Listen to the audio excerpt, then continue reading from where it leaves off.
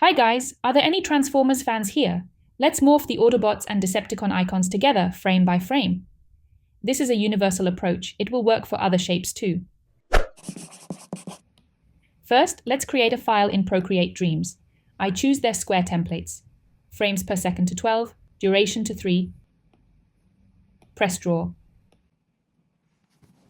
I will use images of icons from an internet search. Let's place the image on the canvas. Click the plus. Photos. Click on the active mode icon, go to default mode, and enlarge the image, moving the Autobots logo in the center. Now apply transparency. Let's compare the icons. We need to divide them into shapes that will flow into each other. These are the side parts. Next, take the central part,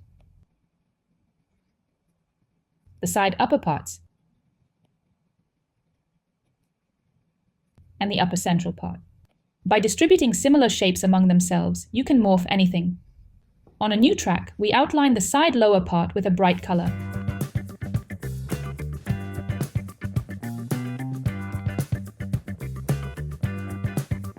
Then we choose another color, and on a new track, we outline the side upper part.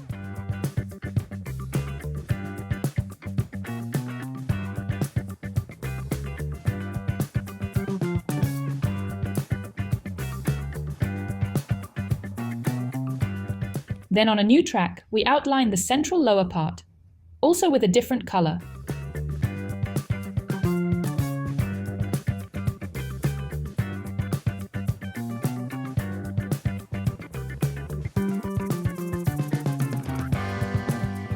And with another color on a new track, we outline the last part.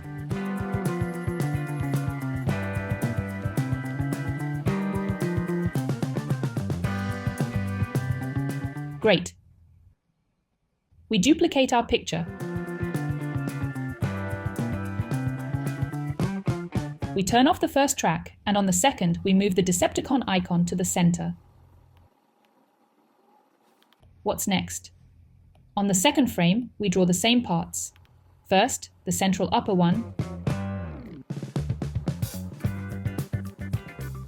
then the central lower one,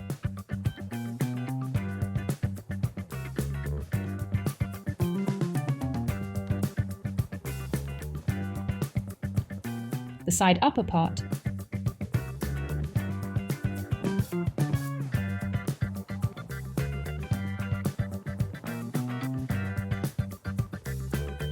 and the side lower one.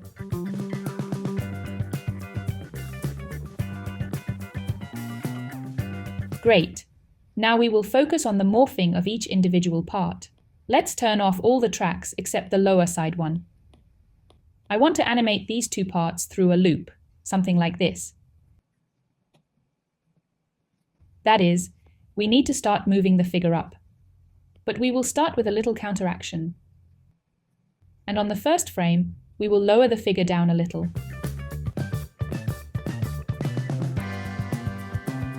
I turn on the base to make the adjacent parts more visible. By clicking on the timer, you can set up adjacent frames to make it easier to draw. And we start drawing the extension of our figure, wrapping it a little. Then we continue to wrap the figure. On the next frame, the shape stretches and becomes triangular in shape. Then we wrap the figure again. On the next frame, the shape almost becomes similar to the final one. And now we draw a frame with counteraction, a little further than the final figure. Let's look at the first preview. Let's add another intermediate frame at the second rotation. Super. On the last frame, let's apply full duration and group all the layers on this track. And let's duplicate this group, move it up. Having switched to default mode, by clicking on the active mode icon again, let's reflect the figure horizontally. and move the group to the right to the place of the second mirror part. Let's look at the preview. We'll work with timing later, making different parts with different delays. But for now, let's leave everything as is. And we move on to the second detail.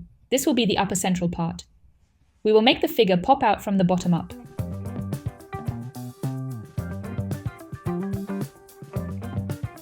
First, we also draw the counteraction. We flatten the figure down a little.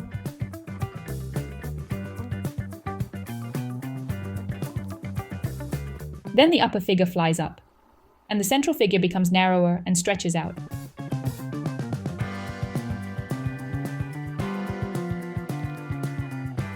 Let's adjust the onion skin a little more. Then the figure turns out and stretches out a little, and the lower part continues to stretch.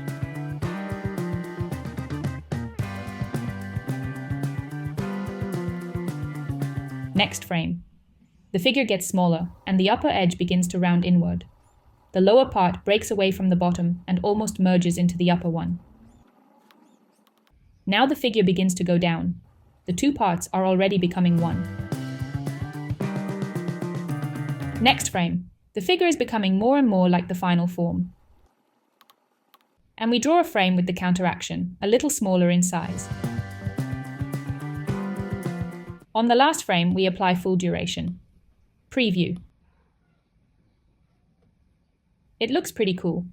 And let's post-move it together with the lower side parts. Now we group the layers of the last track and turn them all off. And turn on the side top one. Here, by analogy, we will make a movement to the side and back. The first frame is a counteraction. We compress the shape a little. Oh, I accidentally compressed the wrong shape. But we will need it later. So we draw the counteraction of the first figure.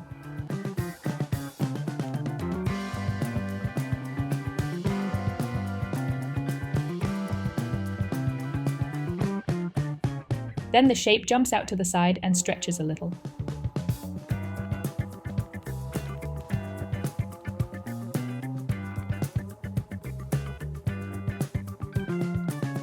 Another stretched frame, the shape becomes more rectangular. We place the cutouts closer to the right side. Then, on the next frame, the cutouts become like on the second shape. And now, 2 frames with the return of the figure to its previous place.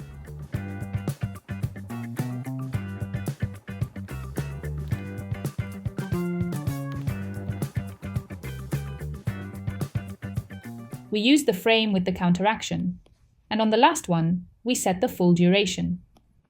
Let's look at the preview. Excellent.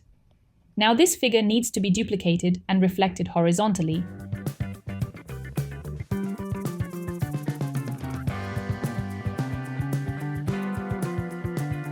We also place it focusing on the background image. Let's move on to creating the last central part. We will leave the upper side parts as a guide.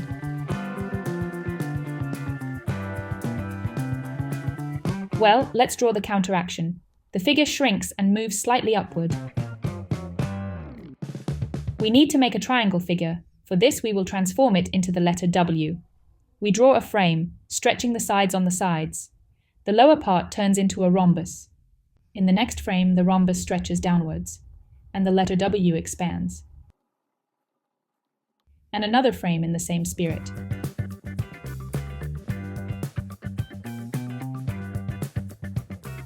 Then the figure moves back. The rhombus gradually connects with the main part. In the next frame, the figure already looks like the final figure. And the last frame with counteraction.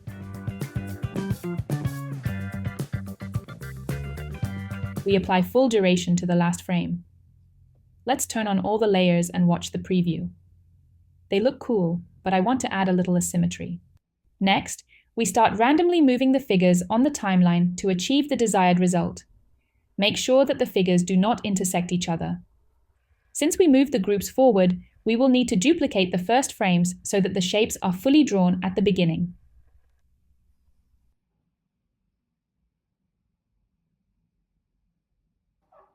Guys, now we need to group everything and apply transparency to the group. What's next? This is the cleanup stage. On the new track, I redraw each frame and sharpen the shapes a little where they touch. This is a pretty tedious process, so let's speed it up. And while I'm drawing, let me tell you about the launch of sponsorship.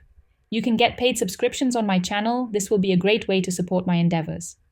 And as a bonus, you will get early access to my videos, additional full videos without cuts and speed-ups from the beginning to the end of the shoot. And I will also attach all my animation sources so that you can study this in more depth. You can check out the levels in my profile by clicking the sponsorship button.